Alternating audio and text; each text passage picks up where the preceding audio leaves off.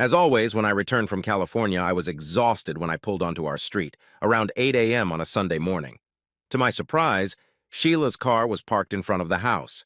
Sheila was my wife Lori's best friend, but not someone I approved of. Frankly, Sheila was a slut. Attractive, but a slut. And I was worried about Lori spending too much time with her. Sheila was divorced because she'd been caught cheating on her husband, and she spent a lot of time in bars and clubs making new friends.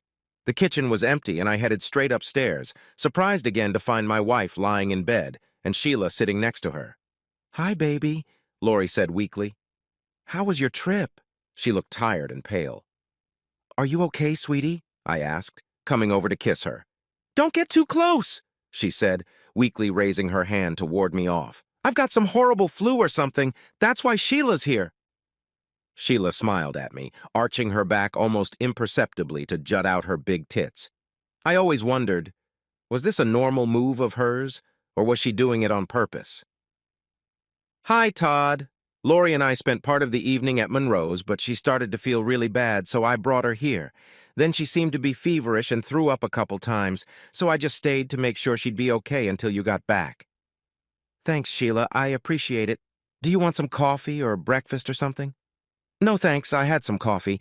Lori just got off the phone with the doctor. He'll be able to see her in about half an hour, and I'll take her there." I started to protest that I would drive myself, but Lori insisted that Sheila could do it. "You need to get some sleep, baby.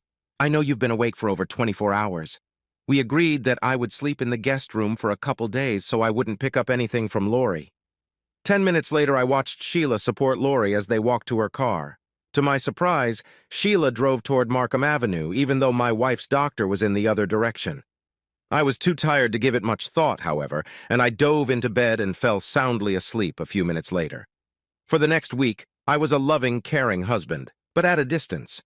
According to Lori, Dr. Simon said she probably had some kind of flu, nothing serious, but that I should avoid any close contact for at least 5 days or so. So I called the clothing store where Lori worked and told them she would be gone for a few days.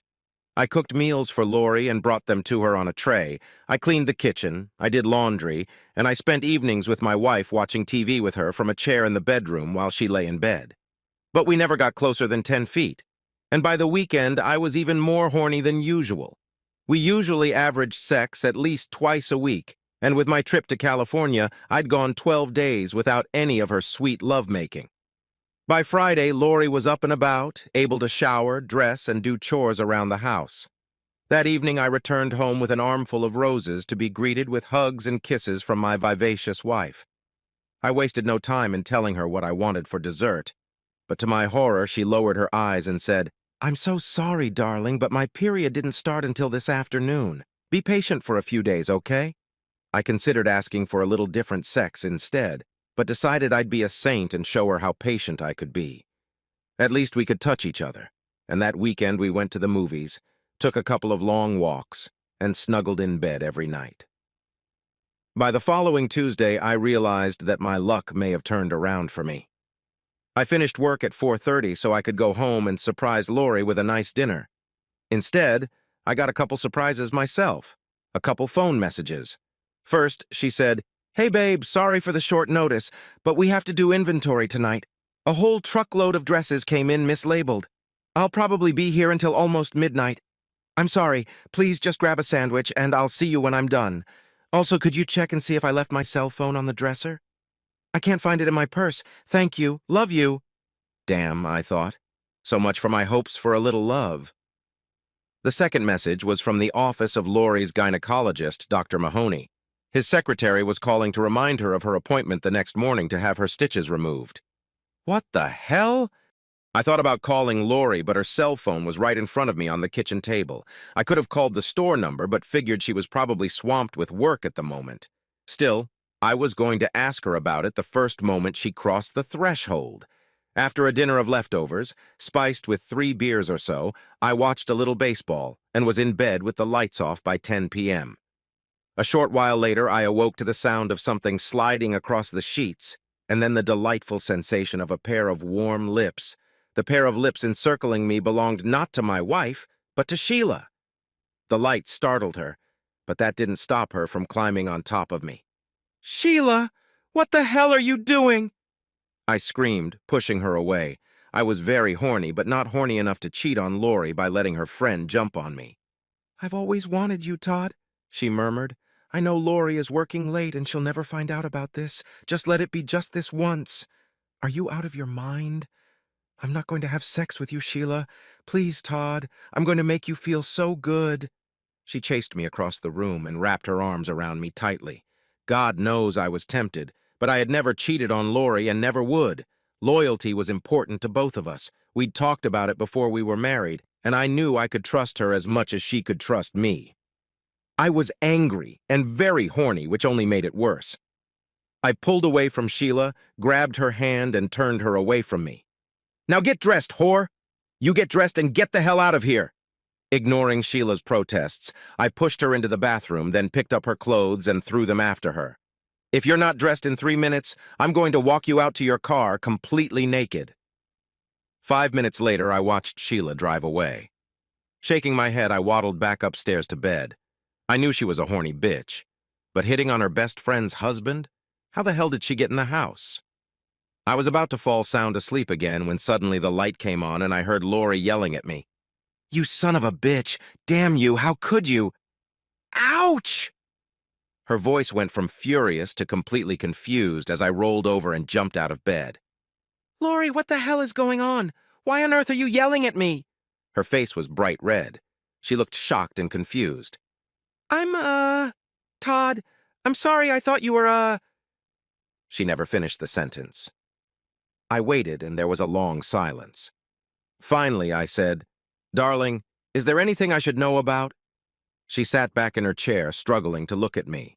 Darling, I waited a little longer. Well, some of the girls at work were saying crazy things, and it occurred to me that maybe you were cheating on me. She looked at me timidly just to see how I took it. Calmly, I said, That's the biggest load of crap I've ever heard, Lori. You know I would never do that to you. Why tonight? In our bed? I didn't even know until today that you'd be out late tonight. What did you think, that I was going to run down to the nearest bar and pick someone up? Are you out of your mind? She shook her head, apologizing over and over again, but I wasn't buying it. Finally, I said, Okay. There's something going on here that you don't want to tell me about. I'll just find another place to stay until you're ready to tell me the truth. While she cried and protested, I threw on some clothes, pulled my suitcase out of the closet, and started packing. I didn't have any plans other than finding a motel for a couple days, but there had been enough surprises lately that I didn't want to play dumb hubby anymore. As I headed for the front door, Lori sobbed, Wait, please, Todd. Okay, I'll do this. Tell you. I turned and said, That's it, Lori, the whole truth, or I'll leave. She tearfully nodded. We walked to the kitchen and sat down at the table. I thought you'd be tonight in bed with a woman because... She started crying again. Because I asked Sheila to come and seduce you. Why on earth would you do such a ridiculous thing, Lori? She couldn't look at me. I can't tell you, Todd. I did something terrible, and if I tell you, you'll leave me. Please don't divorce me, she sobbed. I think it might have something to do with the stitches Dr. Mahoney is going to take out tomorrow, I asked dryly. Lori stared at me in utter shock, and then burst into tears so convulsive that it was more than 10 minutes before she calmed down enough to speak again. It was all organized by Sheila, not surprisingly, who for months had been convincing Lori to relax, to have a little fun, to go out with her in the evening when I was on one of my business trips. And on Saturday, Lori went with her to Monroe's, where they danced, drank, and ran into a couple of Sheila's good friends. By midnight, 4 of them were back at Sheila's place, completely drunk. They 2 girls and Sheila's buddies, Andy and Martin. Sheila whispered to Lori that Martin had the biggest tool she'd ever seen, and he took my wife into an extra bedroom and apparently proved it to her quite vigorously. And then she whispered and stopped. I was already furious and in no mood to dance around everything else. What is he, a stupid bitch? She shrank back. He made me, and then he wanted to, well, he made me to take him, but he was too big and he ripped me open. Sheila came in and saw what had happened, and she helped me clean up a little and took me home. She stayed all night, and the next morning she took me to Dr. Mahoney, who put in 8 stitches and gave me antibiotics, and he insisted on testing me for STDs. Thank God all the tests came back negative. I leaned back in my chair, just looking at the stupid cow I was married to, watching her cringe in misery. "Is that it?" I asked coldly. She nodded. "It was awful, Todd.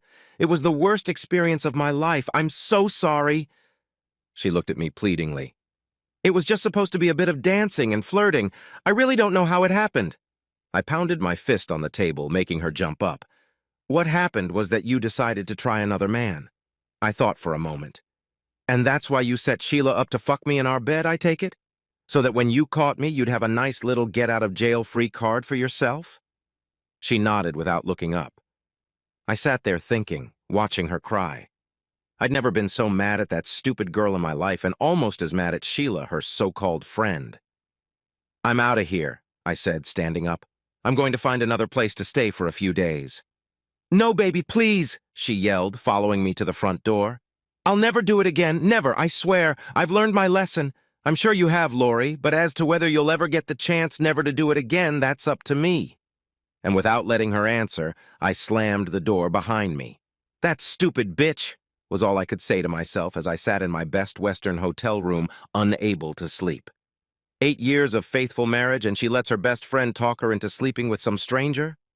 My first stop in the morning was supposed to be at my lawyer's office to start the divorce process. No point in wasting time. But then why did I feel so devastated at the thought of it? After about 3 hours of sleep, my first stop of the morning was actually at Sheila's apartment.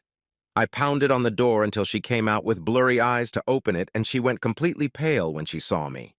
While she hissed at me, I pushed my way into her living room, closed the door behind me, and said, "Okay, Sheila, we're going to have a little talk."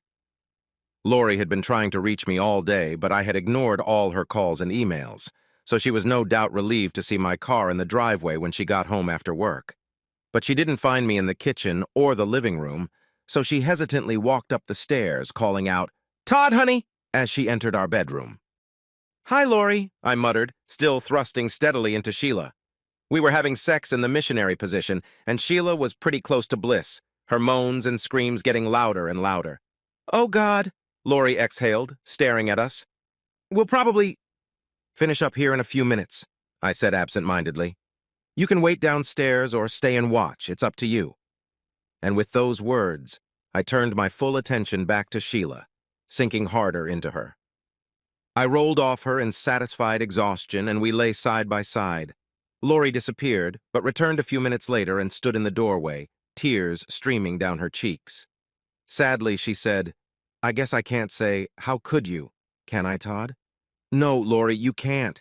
You and Sheila were planning to make me fuck her to get you off the hook, and I thought it was the perfect solution to our situation." "Sheila!" exclaimed Lori. "I thought you were my friend." "I'm sorry," Sheila said, trying unsuccessfully to look apologetic. "But if I hadn't dragged you to Monroe, Todd wouldn't be on the verge of divorcing you. He made it clear that was the only way he was ever willing to forgive you. And I don't mind telling you, the last half hour was a sign that I'm going to enjoy the next few weeks." "Weeks?" Lori staggered back and sank heavily into her chair. "What are you talking about?" "It's simple, my dear, faithful wife," I said. "You're moving into the guest room. You just got your stitches out, and I know your ass will be off limits to me for at least a couple of weeks. I figure that by the time you're ready to do this to me, I'll have learned a lot about how to make you enjoy it. And then we'll be together. You and me, Todd?" I nodded. "As long as you never pull another idiotic stunt like that," she flinched. "I don't know what from exactly." "Never, Todd. Never again will I do that. I've learned my lesson, believe me." "Okay then," I said, pulling away from Sheila's lips and lifting her onto all fours. "Baby, I know I deserve this, but I don't really deserve it. I mean, how can you just have another woman like that?" With a big smile, I said, "Actually, Lori, it's like riding a bicycle. You never forget how to do it."